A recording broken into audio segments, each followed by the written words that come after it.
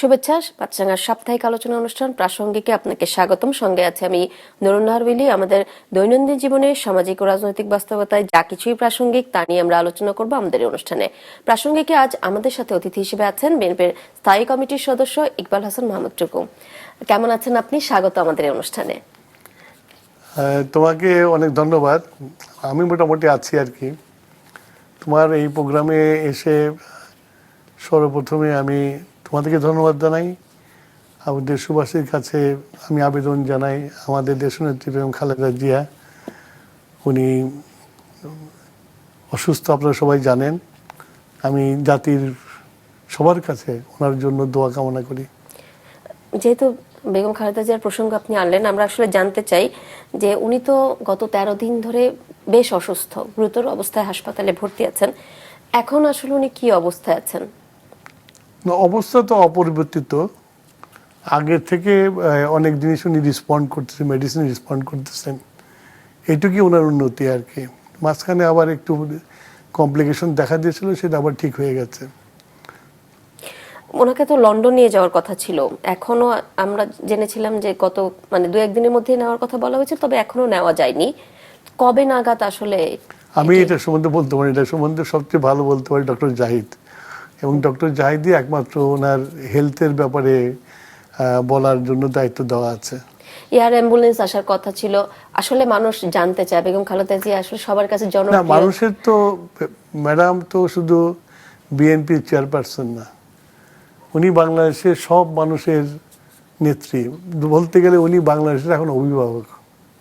তো মানুষ ওনার দিকে তাকিয়ে আছে, এবং আপনার যে অভিভাবকত্ব যে উনি অর্জন করেছে, এর জন্য ওনাকে তো আজকে হসপিটালের বিছানায় মৃত্যুর সাথে লড়াই করতে হচ্ছে। এইটার আসলে ব্যাকগ্রাউন্ড কি, আপনি যে কথাটা বললেন?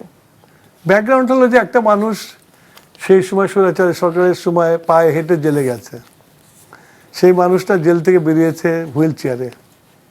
তো ডেফিনেটলি আমরা মনে করি যে ওনাকে এমন অবস্থায় তৈরি করা হয়েছিল যে ওনার এই অসুস্থতা বেড়ে গেছে। এবং এটা যে ইতিহাসে আছে এরকম জেলে নিয়ে স্লো পয়জনিং করা, যে ওনাকে স্লো পয়জনিং করে নাই, যে রোগগুলো ওনার ছিল না কোনো কালে, সেই রোগগুলোকে দেখা দিয়েছে। তো সুতরাং আমরা ধরেই নিতে পারি ওনাকে স্লো পয়জনিং করা হয়েছিল।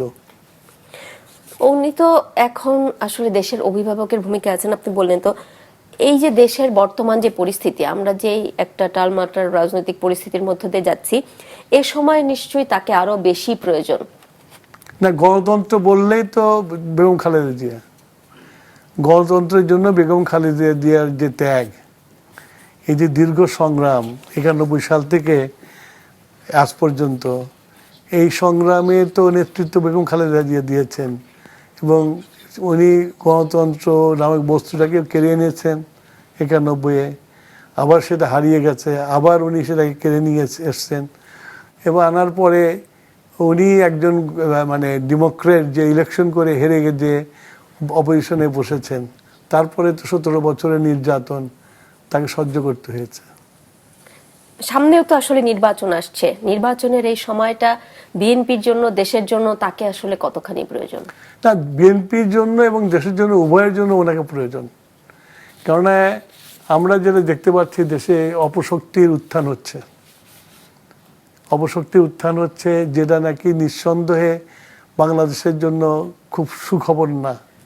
বিশেষ করে আমরা যারা মুসলমান দেশ যারা আছে, মুসলিম অধিষ্ঠিত যে এলাকাগুলো আছে, সেই এলাকাতে সবাই ভয় পায় উগ্রপন্থী মানুষের উত্থানের। এবং শেখ হাসিনার 17 বছরের এই যে শাসন, যে সব রকমের স্পেস বন্ধ করে দিয়েছিল, কোনো বিরোধী দলের কোনো স্পেস ছিল না, তাতে ইতিহাসে সাক্ষ্য আছে যে এইরকম অবস্থাতে তোমার এই ধরনের দলগুলোর উত্থান হয়, এবং সেটা বাংলাদেশে হয়েছে। এখন এই ধরনের দল তো আসলে আপনাদের সাথেও দীর্ঘদিন রাজনীতি করলো না, আমাদের সাথে তো নীতির কারণে তো ছিল না, আমাদের সাথে ছিল ইলেকশনের স্ট্র্যাটেজির কারণে। এটা একটা অঙ্কের যোগ বিয়োগের জন্য তারা আমাদের সাথে ছিল। এটা হয় সব জায়গায়, ভারতে হয়েছে, সব জায়গায় হয়েছে। কিন্তু তাদের যে চরিত্র, সেই চরিত্র তো আমরা গ্রহণ করি নাই। আমরা আমাদের চরিত্র, আমরা মানেই তো মুক্তিযুদ্ধ। মুক্তিযুদ্ধ না হলে বিএনপির জন্ম হতো না। মুক্তিযুদ্ধে যেমন বাংলাদেশের জন্ম হতো না, মুক্তিযুদ্ধ হলে বিএনপির জন্ম হতো না। আর মুক্তিযুদ্ধের মূল নেতা হলো এই দেশের স্বাধীনতার ঘোষক, যিনি স্বাধীনতা ঘোষণা করেছেন। এখানে একটা আমার ক্লারিফাই করা উচিত। অনেকে বলেন যে উনি আর্মির ছিলেন, উনি আর্মির ছিলেন এবং আর্মির একজন মেজর হিসেবে ঘোষণা করেছিলই বলে 25 রাতের যে পাকিস্তান আর্মির যে আক্রমণ এবং মানুষের যে হতাশা, যে আমাদের কাছে অস্ত্র নাই, শস্ত্র নাই, রাতে ওইরকম একটা আক্রমণের পরে আমরা কেমনে যুদ্ধ করব। জিয়াউর রহমান সাহেবের এই ঘোষণা মানুষের মধ্যে আলো জাগিয়েছিল যে আমাদের যারা বাঙালি সৈন্যরা আছে, সৈনিকরা আছে, তারা মুক্তিযুদ্ধে নেমেছে, সুতরাং এবার যুদ্ধ সমানে সমানে হবে। গোটা জাতিকে ঘুরিয়ে দিয়েছিল। সেই জন্য জিয়াউর রহমানের স্বাধীনতা ঘোষণাটাই হলো ইম্পর্টেন্ট ঘোষণা।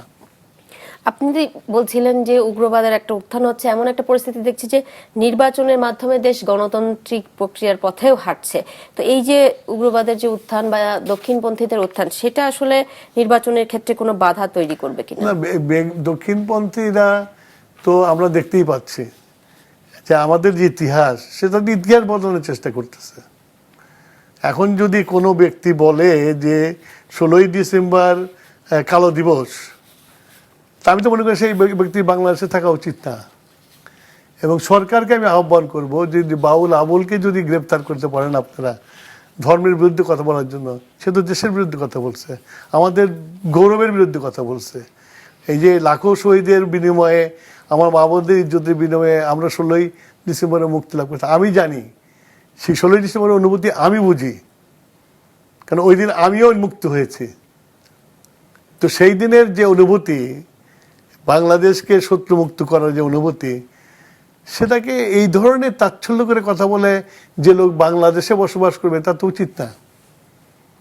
তো এটা হচ্ছে, তারা হলো কি তাদের ধৃষ্টতা বেড়ে গেছে।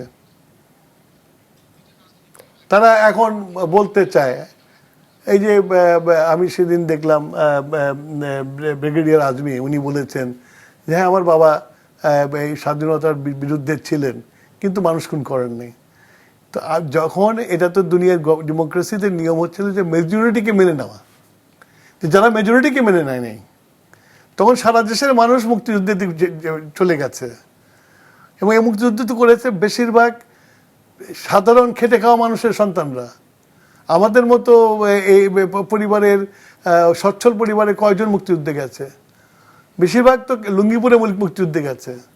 তো সেই খেটে খাওয়া মানুষের যুদ্ধকে কেউ অবজ্ঞা করবে, এটা মনে হয় যে একজন বাংলাদেশের নাগরিক হিসাবে এত বড় রক্তের ইতিহাসকে মানে কি বলবো যে অপমান করা। এটা তো আসলে এখন সামনে চলে এসেছে, এটা আপনাদের জন্য একটা চ্যালেঞ্জ হয়ে দাঁড়িয়েছে। তো এইটাকে আপনারা রাজনীতি দিয়ে মোকাবেলার কোনো বিএনপি চিন্তা ভাবনা করছে? আমরা তো রাজনীতি তো আমরা মোকাবেলা করছি, আমরা রাজনীতি মোকাবেলা করছি, কারণ মুক্তিযুদ্ধের ইতিহাসকে বিকৃতি যারা করবে তারা আমরা মনে করি যে তাদেরকে শুধু আমি না, আমরা যারা এখনো বোধহয় লাখখানেক মুক্তিযুদ্ধ বেঁচে আছি আমরা, আর সবাই তো বুড়ো হয়ে গেছি আমরা, কিন্তু তারাও যদি একসাথে হই আমরা, তাহলে এই যে তারা যে ন্যারেশনগুলো তৈরি করতে পারবে না।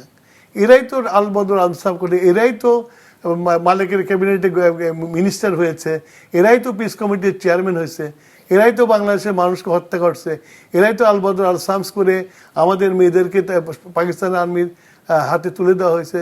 এটা নাকি যুদ্ধকালে নাকি এটা জায়েজ, এটাও বলা হয়েছে। এসব ফতোয়া তো তারাই দিছিল শেষ সময়টাতে। আমাকে তো অবাক লাগে এখন ওইটা নিয়ে যারা প্রশ্ন করে,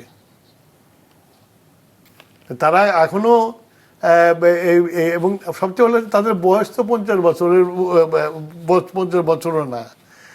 এখন তারা যদি প্রশ্ন করে তাহলে তো ওই যে মানে তুমি যে মা বাবার সন্তান, সেই মা বাবার বিয়েটা ঠিক আছে কিনা সেটা প্রশ্ন করে, একই কথা।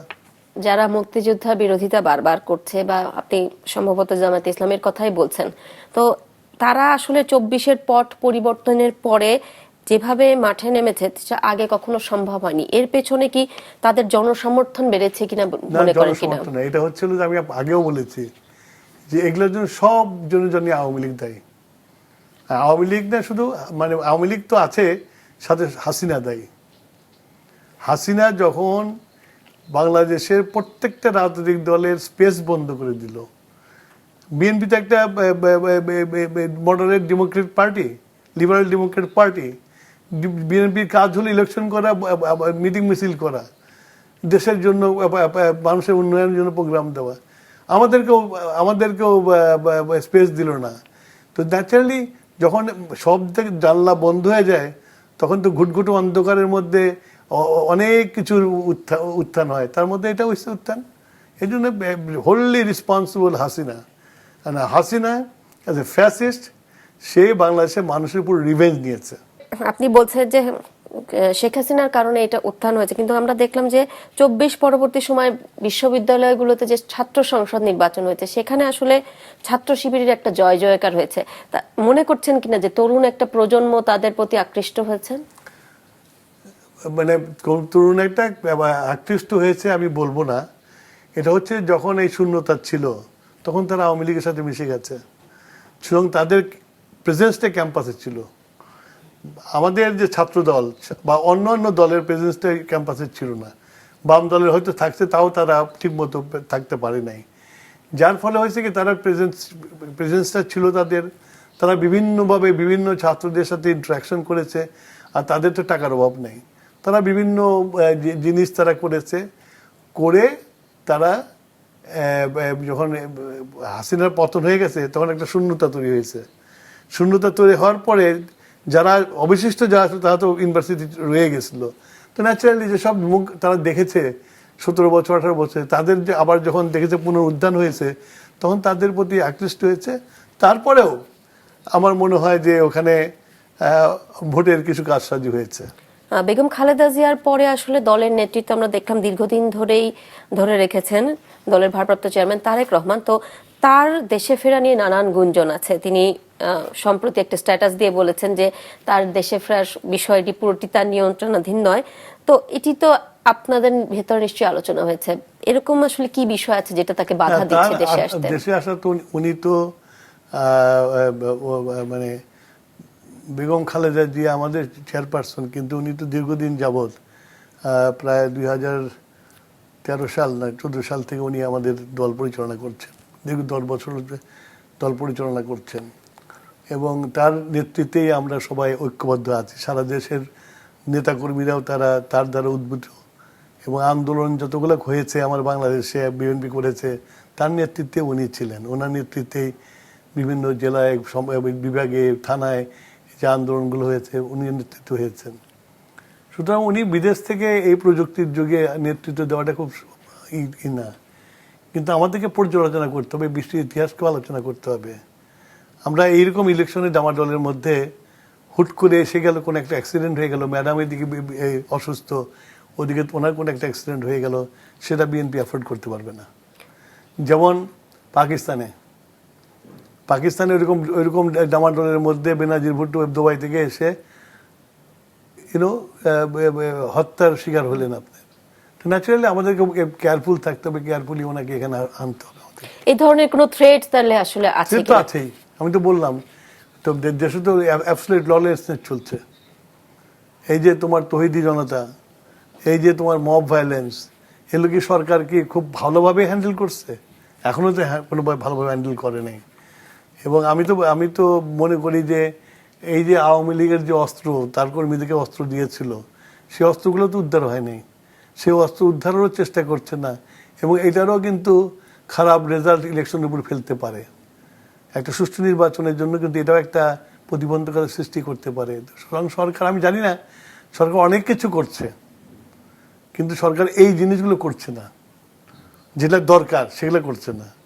অদরকারি এই কাজগুলোর প্রতি নজরটা ওনারা বেশি দিয়েছেন। মানে এটা আসলে সরকার করতে পারছে না কেন? সদিচ্ছা নেই, আমি তো মনে করি সদিচ্ছা নেই। তাহলে আপনি বলছিলেন যে তারেক রহমানের আসার পেছনে না আসার পেছনে মূল বাধাটা আসলে নিরাপত্তা এবং অন্যান্য সিচুয়েশনের জন্য। অবশ্যই তার বিষয়ে তো সরকার বারবার বলছিল যে সে যে কোনো মানে যারাই আসলে নিরাপত্তাহীনতা ভুগবে তাদের নিরাপত্তা দিতে পারবে সরকার। না, সে গ্রাউন্ড রিয়ালিটি তা না, গ্রাউন্ড রিয়ালিটি তা না। তো সুতরাং আমরা উনি ওনার সময় মতো, আমরা আমাদের সময় মতো ওনাকে আনবো। ইলেকশনের আগে তার আসার তাহলে সম্ভাবনা কতখানি? হ্যাঁ, তফসিল ঘোষণা হোক, তফসিল ঘোষণা হলে দেশের পরিস্থিতি অন্যরকম হবে, তখন আসাটা তার জন্য অনেক ইজি হবে। তখন কি তার নিরাপত্তা ঝুঁকি কমে যাবে? স্বাভাবিকভাবে মেশিনারি তো অনেক নড়ে চড়ে বলবে ইলেকশনটা সুষ্ঠু করে করার জন্য। তো কি বলে, আইন শৃঙ্খলার দায়িত্ব তো চলে যাবে ইলেকশন কমিশনের হাতে। আমি মনে করি ইলেকশন কমিশন এ ব্যাপারে তাদের সুষ্ঠু ইলেকশন করার স্বার্থে আইন শৃঙ্খলা ঠিক করার জন্য নজর দেবে। তিনি যদি কোনো কারণে না ফিরতে পারেন, সেটা আসলে দলের উপর কি ধরনের আমি মনে করি উনি কোনো কারণে ফিরতে পারবেন না, উনি ফিরতে পারবেন। আচ্ছা, আমরা দেখলাম যে গতকালকে ডক্টর জোবায়দা রহমান এসেছেন এবং তার এই হঠাৎই আসা, বলা হচ্ছে তিনি শাশুড়ির পাশেই থাকতে এসেছেন এবং তাকে নিয়ে উনি ফেরত যাবেন লন্ডনে, কিন্তু তারপরেও এর ভেতরে কোনো রাজনৈতিক বার্তা আছে কিনা সেটি নিয়ে অনেক আলোচনা চলছে। আমাদের প্রবলেম হয়ে গেছে কি, আমরা শাশুড়ি বৌমার রিলেশনশিপ যে কোনো জিনিস দিয়ে আমরা তার মধ্যে রাজনীতির গন্ধ খুলে বেড়াই।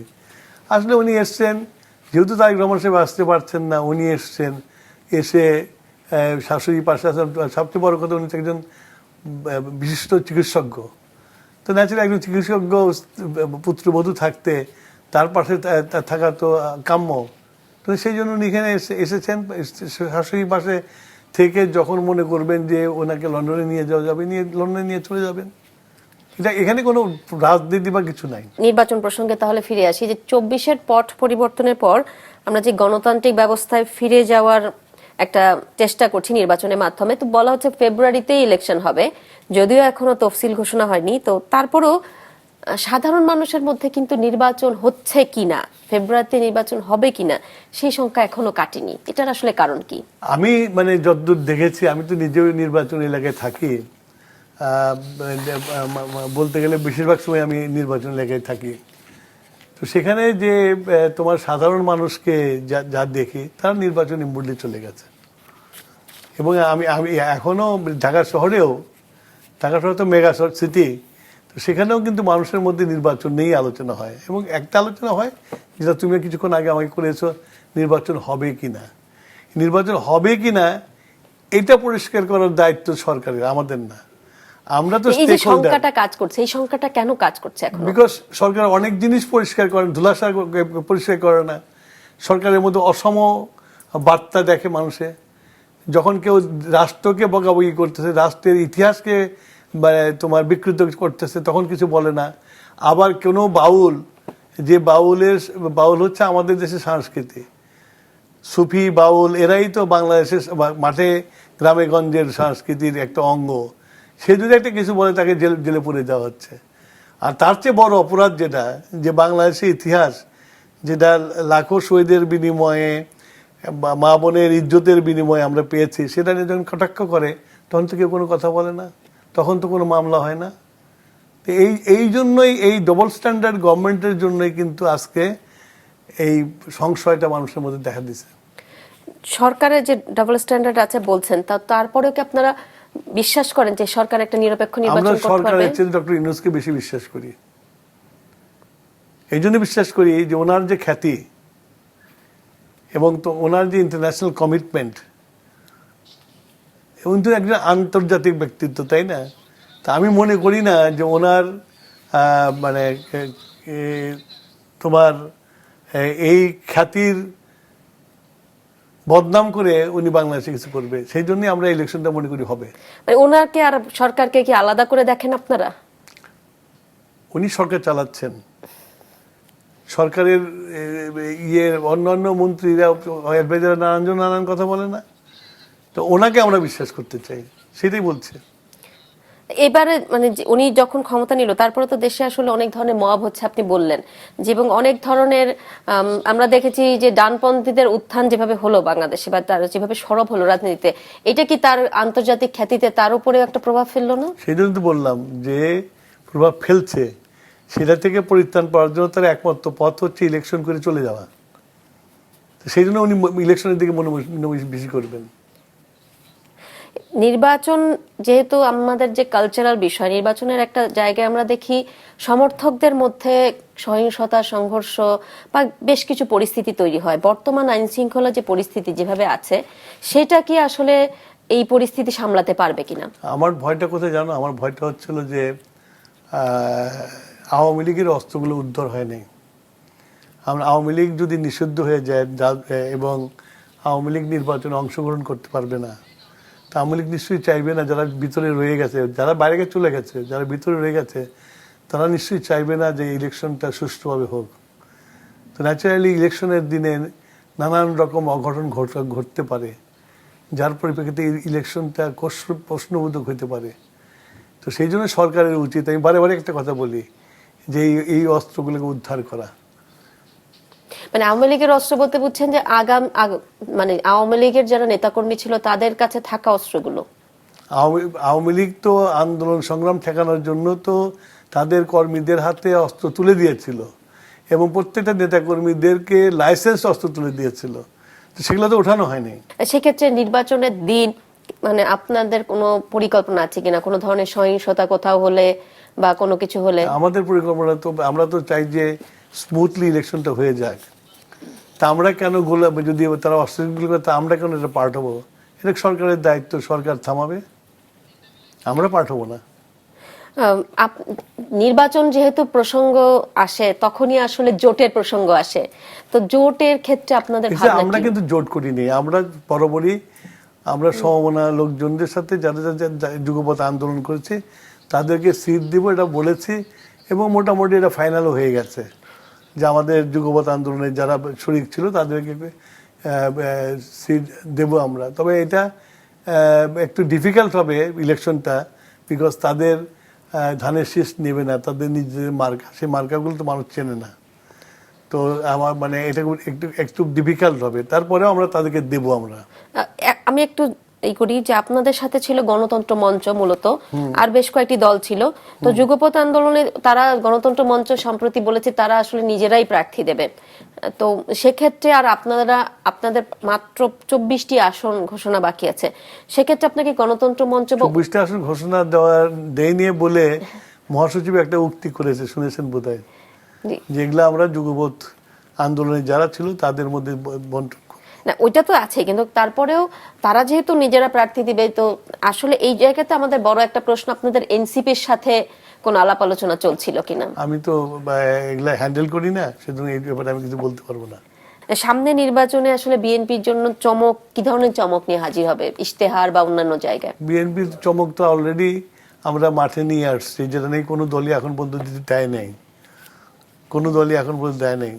সেটা হচ্ছিল যে আমরা এই যে বলছি যে আমরা তোমার হেলথ কার্ড দেব, ফ্যামিলি কার্ড দেব, তারপরে কৃষি কার্ড দেব, তারপরে শিক্ষার জন্য আমরা ই করবো, এগুলো তো চমক, নতুনত্ব এগুলো। সামনের নির্বাচনে আসলে বিএনপির জন্য মূল চ্যালেঞ্জটা কি? বিএনপির জন্য চ্যালেঞ্জ হলো যে আইন শৃঙ্খলা বজায় রেখে নির্বাচন করা, সেটা সরকারের সহযোগিতা লাগবে। আপনাদের প্রতিপক্ষ যারা জামাত, তো তাদের বিরুদ্ধে যখন আপনাদের লড়তে হবে, তাদের বিরুদ্ধে লড়ার ক্ষেত্রে চ্যালেঞ্জটা কি থাকবে? তাদের বিরুদ্ধে লড়াইয়ের চ্যালেঞ্জটা একমাত্র চ্যালেঞ্জ, তারা ধর্মকে বিক্রি করছে, তারা ধর্মের অপব্যাখ্যা করছে। তাদের নেতা মওদুদি ধর্মের সম্বন্ধে নানান রকম বিকৃত মতবাদ দিয়ে গেছে। তো এইগুলোকে, চ্যালেঞ্জগুলোকে আমাদেরকে সম্মুখীন হতে হবে এবং জনগণকে বোঝাতে হবে। আমি মনে করি যে বাংলাদেশের জনগণ ধর্মভীরু, কিন্তু ধর্ম উগ্রপন্থী না, এটা আমার বিশ্বাস। এটা আর বিশেষ করে আমাদের যে মধ্যবিত্ত শ্রেণী আছে, তারা এই ধর্মভীরু, ধর্মকে বিশ্বাস করে কিন্তু ধর্ম নিয়ে রাজনীতি করবে সেটা পছন্দ করে না। পছন্দ করে না, এবং কিছু কিছু জায়গায় মতবাদ আছে যে ধর্মকেন্দ্রিক রাজনীতি আসলে জনপ্রিয় হয়েছে। সেক্ষেত্রে মনে করেন কিনা যে এবার জামাতের ভোট বাক্স বেশ? ওই কিছুক্ষণ আগে আমি যখন আসছিলাম, তো এই যে আমাদের আম জনতা পার্টির তারেক আছে, তারেক বলতেছিল যে এরকম ব্যাপার দাঁড়িপাল্লাতে আর কেউ ব্যবহার করে না, দাঁড়িপাল্লা কেউ ব্যবহার করে না, এখন তো মানুষের সব ডিজিটাল ওয়ে মেশিন ব্যবহার করে। তার অর্থ দাঁড়িপাল্লা পিছনে পড়ে গেছে, মানে কি বলবো যে মানে ওইটা অচল হয়ে গেছে। মানে দাঁড়িপাল্লা যাওয়া মানে হলো তুমি পিছিয়ে চলে গেলে, সামনে চললে না। তো ওইটার অর্থটা আমি মানে অনেক ব্যাপক, যে এদেরকে ভোট দিলে, ধর্মভিত্তিক ধর্মের কথা বলে ভোট নিলে সে দাঁড়িপাল্লাই হয়ে যাবে। কিন্তু এখন যে ডিজিটাল যুগ, সেটাকে উপেক্ষা করা হবে। সুতরাং বর্তমানের সাথে মিলিয়ে চলতে হবে। আমি প্র্যাকটিসিং মুসলিম, আমি নামাজ পড়ি, 5 ওয়াক্ত নামাজ পড়ি, এবং সময় পাইলে কোরআন শরীফও পড়ি। আমি এখানে পরিষ্কার আল্লাহ তাআলা বলে দিয়ে গেছে যে ধর্মকে ব্যবহার করে নিজের স্বার্থে ব্যবহার করো না। নিজের স্বার্থে ধর্মকে ব্যবহার করলে মানে মুসলিম ব্রাদারহুড যেটা আছে তার মধ্যে বিভাজনের সৃষ্টি হবে। আর আমরা যে রাসূল করিম সাল্লাল্লাহু আলাইহি ওয়াসাল্লাম যে কষ্ট করে ঐক্য করেছিল, সে ঐক্যটা নষ্ট হবে। সুতরাং ধর্মকে ব্যবহার করে রাজনীতি করাটা কোরআন শরীফ মানা করে দিয়েছে। তো সুতরাং তারা তো শরিয়া টরিয়া বলে, আমি বলি যে এটা হলে কোরআন শরীফ অবমাননা করা, ধর্মকে ব্যবহার করে রাজনীতি করা। এবং ধর্মকে ব্যবহার করে রাজনীতি করে পাকিস্তান আজকে একটা ডিপ স্টেটে রূপান্তরিত হয়েছে, সেটা বাংলাদেশ হবে না। বিজয়ের মাস চলছে, আপনি মুক্তযুদ্ধ করেছেন এবং এই বিজয়ের মাসে আমরা মুক্ত হয়েছিলাম। সেখান থেকে জানতে চাই, আপনারা যারা মুক্তিযুদ্ধ করেছিলেন, যেমন বাংলাদেশ চেয়েছিলেন, আমরা কি আসলে সেরকম বাংলাদেশ পেলাম কিনা? না, প্রথমে আমি যেটা বলি যে আমরা যে মুক্তিযুদ্ধ করার পরে আমাদের 71 থেকে 75 যেটা ছিল যে একটা শিশু বড় হওয়ার সময়, এবং সেই সময়টা ছিল বাঙালি জাতি এক হয়ে গেছে, একটা কাদামাটির মতো হয়েছিল। সেই কাদামাটিকে যেভাবে রূপ দেওয়া প্রয়োজন ছিল, যে গণতন্ত্রের জন্য আমরা লড়াই করেছিলাম, মানুষের আর্থিক ব্যবধান কমানোর জন্য লড়াই করেছিলাম, এগুলো কোনোটাই পালিত হয়েছিল না। সেখানে আমি বলবো তখনকার নেতা যারা যে রাষ্ট্র পরিচালনা করেছে, সেখানে উনি ব্যর্থ হয়েছেন। জাতিকে উনি কোনো রূপ দিতে পারেন নাই, বরঞ্চ উনি গণতন্ত্রকে হত্যা করে একদলীয় শাসন কায়েম করেছিলেন। এই যে বাংলাদেশের মানুষের মধ্যে হতাশা, সেই হতাশার থেকে বাংলাদেশের ইতিহাসে অনেকগুলো ঘটনা ঘটে গেছে। এবং সর্বশেষ ঘটনা হলো এই 24 সালের হাসিনার পতন। 71 থেকে 75-এ যেমন ওনার পিতা স্বৈরাচার হয়ে উঠেছিলেন, উনিও এই 17 বছর 2008 সাল থেকে দিনে দিনে স্বৈরাচার হয়ে একটা মনস্টার হয়ে গেছিলেন। যার ফলে বাংলাদেশের যে আমরা যে স্বপ্ন দেখে ছাত্র জীবনে আমরা আমাদের জীবনের বই পুস্তক ফেলে দিয়ে রাজপথে আমরা আন্দোলন সংগ্রাম করেছি, শেষে জীবন দেওয়ার জন্য আমরা চলে গেছি। কেন সেই যুগে, সেই সময়ে এরকম পাকিস্তানের মধ্যে দুর্ধর্ষ সেনাবাহিনী ঢাকা শহরে উপস্থিত থাকার সত্ত্বেও আমরা আজকের যে বঙ্গভবন, সেটা ছিল গভর্নর হাউস ছিল, সেখানে পর্যন্ত বোম মেরেছি আমরা। তো ওই সাহসটা আমরা দেখিয়েছি। কেন? যে একটা সুন্দর বাংলাদেশ একটা হবে, যেখানে মানুষের মধ্যে সাম্য থাকবে, মানুষের মধ্যে মানুষের ব্যবধান থাকবে না। সেটা ফেল করেছে। ফেল করার ফলেই আজকে বাংলাদেশে এই যে কিছুক্ষণ আগে বললাম যে শূন্যতা তৈরি করে আবার যারা পরাজিত শক্তি, যারা মুক্তিযুদ্ধকে বাধা দিয়েছে, তারা আবার মাথাচাড়া দিয়ে তাদের ন্যারেশন স্টাবলিশ করছে। এই যে তোমার এই অপচেষ্টাটা, এটা হতো না যে 71 থেকে 75-এ যদি উনি ঠিকমতো রাষ্ট্রটা চালাতেন, এবং পরে 8 সাল থেকে হাসিনা যা করে গেছেন, মোটামুটিভাবে বাংলাদেশের মুক্তিযুদ্ধের স্পিরিটটাকে নষ্ট করে দিয়ে গেছেন। এই স্পিরিট নষ্ট করার জন্যই আজকে এরা কথা বলতে পারছে। এখন যারা কথা বলছে বা তারা মুক্তিযুদ্ধের ন্যারেশনটা চেঞ্জ করার চেষ্টা করছে, তাদের বিপক্ষে বিএনপি ক্ষমতায় গেলে আসলে মুক্তিযুদ্ধের ন্যারেশনের পক্ষে কি কি কাজ করবে? বিএনপি তো সবসময়, বিএনপি মুক্তিযুদ্ধকে দলীয় যুদ্ধ মনে করে না, বিএনপি মুক্তিযুদ্ধকে জাতির যুদ্ধ মনে করে। এবং সেই সময় সেই জন্যই আমরা যতবার ক্ষমতায় এসেছি, আমরা মুক্তিযুদ্ধের জন্য আমরা কাজ করেছি। যেমন আমাদের নেত্রী দেশনেত্রী বেগম খালেদা জিয়া মুক্তিযোদ্ধাদের জন্য আলাদা মন্ত্রণালয় করেছে, মুক্তিযোদ্ধা মন্ত্রণালয় তো উনি করেছিলেন। তারপর মুক্তিযোদ্ধাদের জন্য পুরস্কারের ব্যবস্থা করেছিলেন। তো মুক্তিযুদ্ধকে আমরা সম্মান করেছি, কিন্তু মুক্তিযুদ্ধকে আমরা রাজনৈতিক কাজে ব্যবহার করি, হাতিয়ার হিসেবে ব্যবহার করি নাই, যেটা আওয়ামী লীগ করে মুক্তিযুদ্ধকে ইয়াং জেনারেশনকে মুক্তিযুদ্ধকে পচাই দিয়েছে, যে আমরা মুক্তিযুদ্ধকে আমরাই করেছে। এই যে বলেছে মুক্তিযুদ্ধ সারা দেশের মানুষ করেছে, আওয়ামী লীগ তো করে নাই, সারা দেশের মানুষ করেছে। এটা একটা জাতীয় যুদ্ধ ছিল, জনযুদ্ধ ছিল। সেইটাকে তাদের দলীয়করণ করতে যেয়ে আজকে এইসব লোকজন যে কথা বলার ব্যবস্থা করেছে। সুতরাং আওয়ামী লীগ কোনো কালেই মুক্তিযুদ্ধকে ব্যবহার করার চেষ্টা করছে, মুক্তিযুদ্ধকে ক্যাশ করার চেষ্টা করছে, কিন্তু মুক্তিযুদ্ধকে কোনোদিনও কন্ট্রিবিউট করে নাই, সম্মানের জায়গায় নেয় নাই। কিন্তু বিএনপি সবসময় মুক্তিযুদ্ধকে সম্মানের জায়গায় নিয়ে যায়, বিকজ আমার প্রতিষ্ঠাতা, আমার দলের প্রতিষ্ঠাতা, বিএনপির প্রতিষ্ঠাতা একজন মুক্তিযোদ্ধা, উনি সম্মুখ যুদ্ধ করেছেন। উনি যে শুধু যে সেক্টর কমান্ডার ছিলেন না, উনি রণাঙ্গনের যোদ্ধাও ছিলেন। সেই জন্যই আমরা মনে করি যে মুক্তিযুদ্ধকে লালন করা আমাদের জন্য একটা বড় কাজ।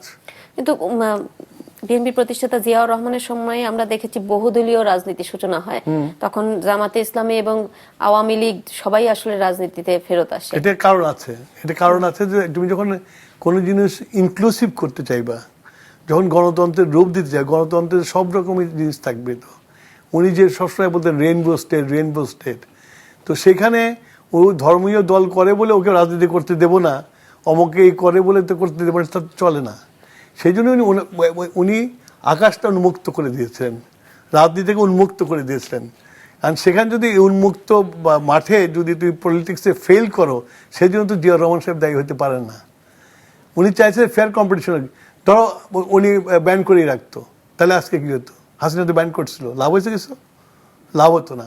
বরঞ্চ ওই গণতন্ত্রটা যদি যেভাবে চলছিল, জিয়াউর রহমান সাহেব যেভাবে চালাইছিল, আমরা গণতন্ত্র যেভাবে চালাইছি ওইভাবে চলতো, তাহলে এই ফ্যাসিস্ট যদি না আসতো, 16 বছরের জীবন থেকে যদি কেড়ে না নিত, তাহলে এই সব দলগুলো কখনোই জায়গা পেত না মেইন স্ট্রিম পলিটিক্সে। ওরাও থাকতো, আমরাও থাকতাম। 71-এর ভূমিকা নিয়ে যখনই প্রশ্ন তোলা হয় তখনই জামাত ইসলামী একটু এড়িয়ে যায়। আপনার কি মনে হয় নাকি যে দলটা আসলে তাদের 71-এর অবস্থান বদলেছে? কিছুই বদলায় নাই। এই দলটা, এদের চরিত্রটা এরকম। এদেরকে আমরা ব্রিটিশ আমলে দেখেছি, 47-এও আমরা দেখেছি, 53-এ দেখেছি কত মানুষ হত্যা করেছে পাকিস্তানে, যার পরে মার্শাল্লাহ হয়েছে, তারপরে আবার তাদের বিচার হয়েছে, ফাঁসি হয়েছে, পালিয়ে চলে গেছে। আবার 71-এ মুক্তিযুদ্ধের সময় তারা বিরোধিতা করেছে, এটা তো বলছি, তারা মন্ত্রী ছিল, তারা আল বদর, আল শামস এগুলো তৈরি করছে তারা, এবং তাদের দিয়ে আমাদের দেশে যে বুদ্ধিজীবীদের হত্যা করেছে সেটাও দেখেছি। এখন আবার দেখি বুদ্ধিজীবী ওখানে মোনাজাত করে। তো এদের যে ক্যারেক্টারটা কি, এটা তো মানুষ জানে, বাংলাদেশের মানুষ জানে। আমরা একটু বেশি জানি, বিকজ আমরা অনেক আগে জন্মগ্রহণ করেছি, তোমরা একটু কম জানো। বিশেষ করে এদের মানে চলাফেরা দেখলে বোঝা যায়। এই যে তোমার মানুষকে বিভ্রান্ত করার জন্য তারা তালিমে শুরু করেছে। তালিমের কি কিছু তাদের মানে কি স্যালারিড মহিলা আছে, ভোরবেলা উঠে ফজরের নামাজ পড়ে আমাদের দেশের এই খেটে খাওয়া মানুষের কাছে যে কোরআন শরীফ শিখাবে বলে যে তালিম দিতে যে জামাতের কথাবার্তা বলে। এটা তো আমি বললাম যে কোরআন শরীফ মানা আছে, এই কাজটা করো না। কোনো কিছুর বিনিময়ে কোরআন শরীফ পড়ানো যায় না। তো সুতরাং এই দল কে আমি সবসময় বলেছি যে এই দলের কোনো প্রিন্সিপাল নাই। তারা ক্ষমতা আসার জন্য অনেক কিছু করতে চায়। এখন তারা অনেক কিছুই বলে যেটা মানুষের শোনে, ট্রোলও করে, ফেসবুকে দেখি আমি। তো হ্যাঁ, এটা তুমি যদি বলো আমাদেরকে দোষ দিতে চাও, হ্যাঁ, আমাদের দ্বারা লালিত পালিত হয়েছে, আমাদের সরকারের মন্ত্রী হয়েছে, এটা অস্বীকার করবো না। কিন্তু আমরা একটা ইনক্লুসিভ পলিটিক্সের জন্য এটা করেছিলাম। সেটা যদি কেউ যদি ওটা অপব্যাখ্যা করে, অপব্যবহার করে, সেটার জন্য তো বিএনপি দায়ী না। আপনি বলছিলেন যে কাউকে আসলে ব্যান করে কোনো রাজনীতি বন্ধ করা যায় না। তো সম্প্রতি না, আওয়ামী লীগের আসলে বিচারের প্রক্রিয়ার কারণে আওয়ামী লীগের কার্যক্রম নিষিদ্ধ আছে। তো সেইখানে আসলে তাদের কার্যক্রম নিষিদ্ধ যেভাবে করা হলো, এটিকে আপনি কি মনে করেন যে প্রক্রিয়াটা ঠিক আছে কিনা? যে Awami League as a party যে ব্যানটা হয়েছে, এখন এটা আদালতে করেছে। আদালতে তাদের বিরুদ্ধে মামলা আছে। তো এই বিষয়ে তো আমার বলার কিছু নাই। তবে আমি মনে করি যে পলিটিক্সে ব্যান করলে কোনো লাভ হয় না। আমি একটা উদাহরণ দেই, সেটা হলো যে এই যে জামাতকে ব্যান করা হয়েছিল, লাভটা কি হয়েছে? লাভ তো কিছু হয়নি তো। তারপরে কোনোদিন ইতিহাসকে বদলাতে নাই, ইতিহাসে বদলাতে গেলে সেই বদলে যায়। যেমন তারা এই যে দীর্ঘ 17 বছর যে মানে শেখ মুজিব করেছে, পক্ষান্তরে জিয়াউর রহমানের মতো একজন মুক্তিযোদ্ধা যাকে বীরুত্তম উপাধি দেওয়া হয়েছে, দেওয়ার পরে তার বীরুত্তম উপাধি কেড়ে নেওয়া হয়েছে, তা থেকে জিয়াউর রহমানের একটুকু ক্ষতি হয়েছে? বরঞ্চ জিয়াউর রহমান আরো প্রকটভাবে মানুষের কাছে ফেরত এসেছে। এটাই বাস্তব। ইতিহাসকে মুছে ফেলানো যায় না, ইতিহাস ইতিহাসের মতো করে চলে। ইতিহাসকে বন্ধ করে দেওয়া যায় না, ইতিহাস এক জায়গায় দাঁড়ায় না, ইতিহাস চলতে থাকে, বিশ্লেষণ হতে থাকে, নানান রকমের খবর জিনিস বেরোবে, ইতিহাসে ডালপালা বেরোবে, এক এক রিসার্চার এক এক রকম কথা বলবে। এর অর্থই না যে তার দৃষ্টি সেটা হইতে পারে, আর একজনের দৃষ্টি আর একটা হইতে পারে।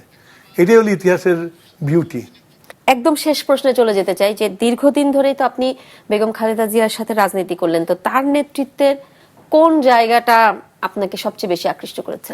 আমি বেগম জিয়াকে স্যালুট করি যে আমার দেখা, আমার তো বয়স কম হয়নি, এরকম ন্যাশনালিস্ট মানুষ আমি দেখিনি। যে জাতির স্বার্থে উনি যে কোনো অবস্থায় স্ট্যান্ড নিতে পারেন, যার ফলে অনেকে মনে করে যে উনি অ্যান্টি ইন্ডিয়ান। উনি অ্যান্টি ইন্ডিয়ান না, উনি ন্যাশনালিস্ট। ইন্ডিয়ার সাথে উনি বার্গেন করেন, আমার হিস্সা আমাকে দিতে হবে, এইটা করেন উনি।